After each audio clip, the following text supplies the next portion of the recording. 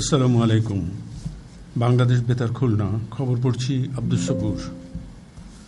পবিত্র ঈদুল আজহা উপলক্ষে বাজারে নিত্য প্রয়োজনীয় পণ্যের দাম স্থিতিশীল রাখতে trading corporation of Bangladesh TCB ভর্তুকি মূল্যে গতকাল থেকে ভ্রাম্যমাণ ট্রাকের মাধ্যমে খুলনা মহানগরীতে 10 দিনব্যাপী পণ্য বিক্রি কার্যক্রম শুরু করেছে। মহানগরীর 15টি গুরুত্বপূর্ণ স্থানে 15টি ট্রাকে করে পণ্য সামগ্রী বিক্রি করা হচ্ছে।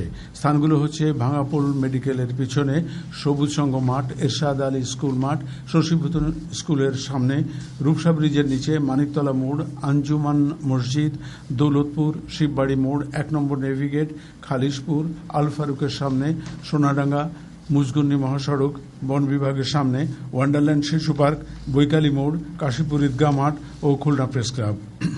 একজন ভোক্তা প্রতি লিটার ভোজ্য তেল 130 টাকা দরে সর্বোচ্চ 2 লিটার, প্রতি কেজি চিনি 80 টাকা দরে 1 কেজি এবং প্রতি কেজি 70 টাকা দরে 2 কেজি মসুর ডাল ক্রয় করতে পারছেন।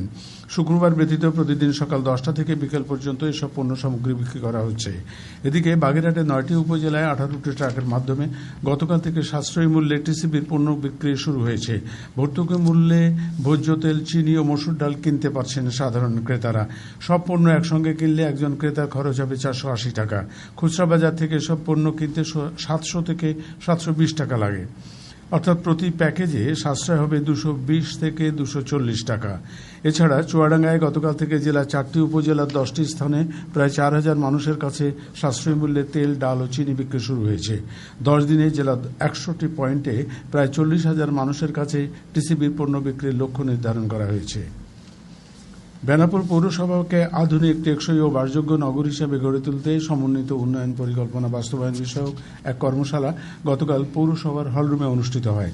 এতে পৌর এলাকার অবকাঠামো উন্নয়ন, নাগরিক সেবা বৃদ্ধি এবং দুর্যোগ ঝুঁকি মোকাবেলায় দীর্ঘমেয়াদী পরিকল্পনা নিয়ে আলোচনা করা হয়। বাংলাদেশ সরকার ও বিশ্ব ব্যাংক 2024 থেকে 2030 সাল মেয়াদী প্রকল্পের প্রাক্কলিত ব্যয় ধরা হয়েছে 5,201 কোটি টাকা। বেনাপোল পৌরসভার প্রশাসকের সভাপতিত্বে শার্শা উপজেলার সহকারী কমিশনার ভূমি, নগর পরিকল্পনাবিদ, সামাজিক ব্যবস্থাপনা ও পরিবেশ বিশেষজ্ঞ ও স্থপতি সহ রাজনৈতিক, সামাজিক ও সুশীল সমাজের প্রতিনিধিরা এ সময় উপস্থিত ছিলেন। বেনাপোল পৌরসভা ও স্থানীয় সরকার প্রকৌশল অধিদপ্তর, এলজিইডি, সহনশীল নগর ও আঞ্চলিক উন্নয়ন প্রকল্প যৌথভাবে এ কর্মশালার আয়োজন করে। জাতীয় বিশ্ববিদ্যালয়ের উপাচার্য অধ্যাপক ডক্টর ASM আমানুল্লাহ এর সাথে বাংলাদেশ উন্মুক্ত বিশ্ববিদ্যালয় বাহুবীর যশোর কেন্দ্রের কর্মকর্তাদের এক মতবিনিময় সভা গতকাল যশোর নতুন উপশহর ডিগ্রি কলেজ মিলনায়তনে অনুষ্ঠিত হয়। সভায় বাহুবীর একাডেমিক কার্যক্রম, শিক্ষা বিস্তার ও বিভিন্ন উন্নয়নমূলক কর্মকাণ্ড সম্পর্কে উপাচার্যকে অবহিত করা হয় এবং পারস্পরিক মত বিনিময়ের মাধ্যমে শিক্ষা ব্যবস্থার অগ্রগতি ও সম্ভাবনা নিয়ে আলোচনা করা হয়। বাহুবী যশোর আঞ্চলিক কেন্দ্রের পরিচালক শেখ সোহেল আহমেদ এবং মহিলা ডিগ্রি কলেজের অধ্যক্ষ সহ বাহুবীর কর্মকর্তাগণ এ সময় উপস্থিত ছিলেন। বর্তমান সরকারের নির্বাচনী ইশতেহার বাস্তবায়নে বহুমুখী প্রচার কার্যক্রমের আওতায় Jessore collectorate school and college মিলনায়তনে গতকাল সচেতনতামূলক ফ্যামিলি সমাবেশ অনুষ্ঠিত হয়। সমাবেশে প্রধানমন্ত্রী ঘোষিত অগ্রাধিকার কর্মসূচি ফ্যামিলি কার্ড, খাল খনন, বৃক্ষরোপণ, নারীর জন্য গাড়ি, কৃষক কার্ড ও কৃষক ঋণ মওকুফ, নৈতিক অবক্ষয়, মানবিক ও ধর্মীয় মূল্যবোধ, সামাজিক অবক্ষয় রোধ, মানব পাচার, গুজব ও অপতথ্য মোকাবেলায় বর্তমান সরকারের নির্বাচনী ইশতেহারে বর্ণিত বিষয়সমূহ নিয়ে আলোচনা করা হয়। জেলা পরিষদের প্রশাসক দেলোয়ার হোসেন খোকন এতে প্রধান অতিথি ছিলেন। জেলা তথ্য অফিসের সিনিয়র তথ্য অফিসারের সভাপতিত্বে জেলা শিক্ষা অফিসার, যশোর প্রেস ক্লাবের সভাপতি ও কালেক্টরেট স্কুল অ্যান্ড কলেজের অধ্যক্ষ সহ 2 শতাধিক নারী পুরুষ এ সময় উপস্থিত ছিলেন। যশোর জেলা তথ্য অফিসের আয়োজন করে। সাতক্ষীরা দেবহাটা উপজেলার কোমরপুর দাখিল মাদ্রাসার নতুন ভবন নির্মাণ কাজের ভিত্তিপ্রস্তর গতকাল স্থাপন করা হয়। মাদ্রাসা প্রাঙ্গণে আয়োজিত এক অনুষ্ঠানে সংসদ সদস্য মুহাদ্দিস আব্দুল খালেক প্রধান অতিথি হিসেবে এই ভিত্তিপ্রস্তর স্থাপন করেন।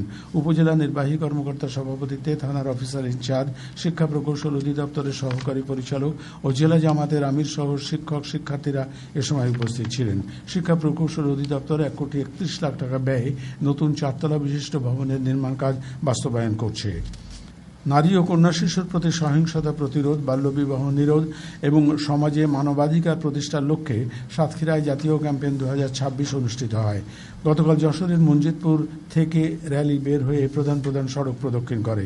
পরে জেলা শিল্পকলা একাডেমিতে আলোচনা সভা, সচেতনতামূলক নাটক প্রদর্শন, সিগনেচার ক্যাম্পেইন, পোস্টার ও লিফলেট বিতরণ এবং মানবাধিকার বিষয়ক স্টল প্রদর্শনী অনুষ্ঠিত হয়। সদর উপজেলা নির্বাহী কর্মকর্তা এতে প্রধান অতিথি ছিলেন। জেলা মহিলা বিষয়ক কর্মকর্তা সভাপতিত্বে সদর উপজেলা মাধ্যমিক শিক্ষা অফিসার, বিভিন্ন শিক্ষা প্রতিষ্ঠানের শিক্ষার্থী ও নারী প্রতিনিধি সহ সমাজের বিভিন্ন শ্রেণী পেশার মানুষ এ সময় উপস্থিত ছিলেন। জাতীয় গৃহায়ণ কর্তৃপক্ষ যশোর জেলা শাখার উদ্যোগে গত 2 দিনে যশোরের শহরের গাবতলা মোড়, বি ব্লক ও উপশহর ইউনিয়ন পরিষদ এলাকায় অভিযান চালিয়ে 4 শতাধিক অবৈধ স্থাপনা উচ্ছেদ করা হয়েছে।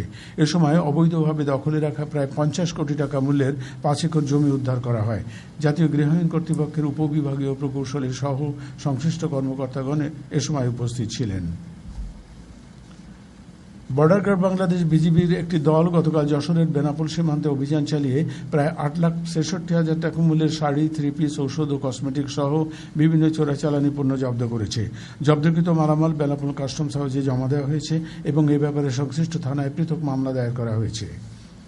জেলা জাতীয় ভোক্তা অধিকার সংরক্ষণ অধিদপ্তরের সহকারী পরিচালকের নেতৃত্বে একটি দল গতকাল মাগুরার মোহাম্মদপুর উপজেলার পূর্ব নারায়ণপুর এলাকার একটি বেকারিতে অভিযান চালিয়ে অস্বাস্থ্যকর পরিবেশে খাদ্যদ্রব্য তৈরির অপরাধে 15,000 টাকা জরিমানা আদায় করেছে। সবশেষে আবহাওয়া। আজ বেলা 1টা পর্যন্ত পূর্বাভাসে বলা হয়েছে রংপুর, দিনাজপুর, রাজশাহী, পাবনা, বগুড়া, টাঙ্গাইল, ময়মনসিংহ, ঢাকা, কুমিল্লা ও সিলেট অঞ্চলে পশ্চিম উত্তর পশ্চিম দিক থেকে অস্থায়ীভাবে ঘন্টায় 45 থেকে 60 কিলোমিটার বেগে দমকা থেকে ঝোড়ো হাওয়া বয়ে যেতে পারে। সেই সঙ্গে বৃষ্টি অথবা বজ্রসহ বৃষ্টিপাতের সম্ভাবনা রয়েছে। এসব এলাকার নদীবন্দর সমূহকে 1 নম্বর সতর্কতা সংকেত দেখাতে বলা হয়েছে। খবর শেষ হলেও আমাদের পরবর্তী খবর প্রচারিত হবে দুপুর 12টা 10 মিনিটে বাংলায়।